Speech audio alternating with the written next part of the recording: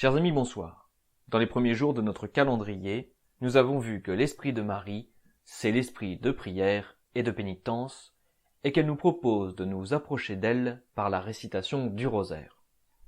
Mais pour ceux qui souhaitent entrer dans son intimité, elle demande qu'on lui tienne compagnie par 15 minutes de méditation par mois en esprit de réparation.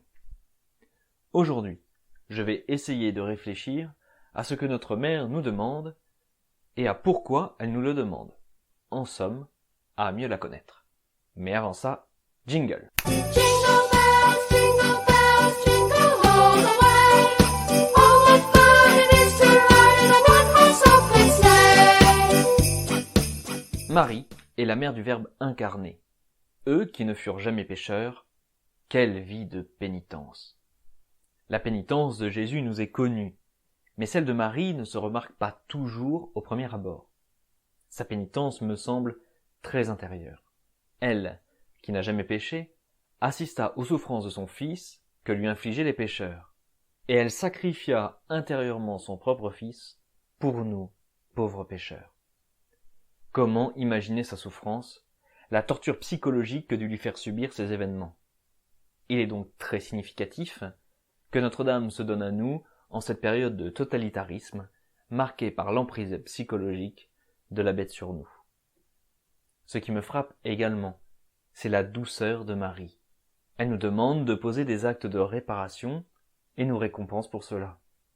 Malgré l'état catastrophique dans lequel nous sommes, elle ne nous demande que 15 minutes par mois, non pas en nous accusant, mais en demandant comme une faveur qu'on lui tienne compagnie. C'est que finalement, ce que notre mère nous demande, c'est de faire les choses avec cœur, rien de plus. Quelle générosité pour nous, pauvres que nous sommes. C'est ainsi qu'elle demanda à la Salette « Faites-vous bien votre prière, mes enfants ?»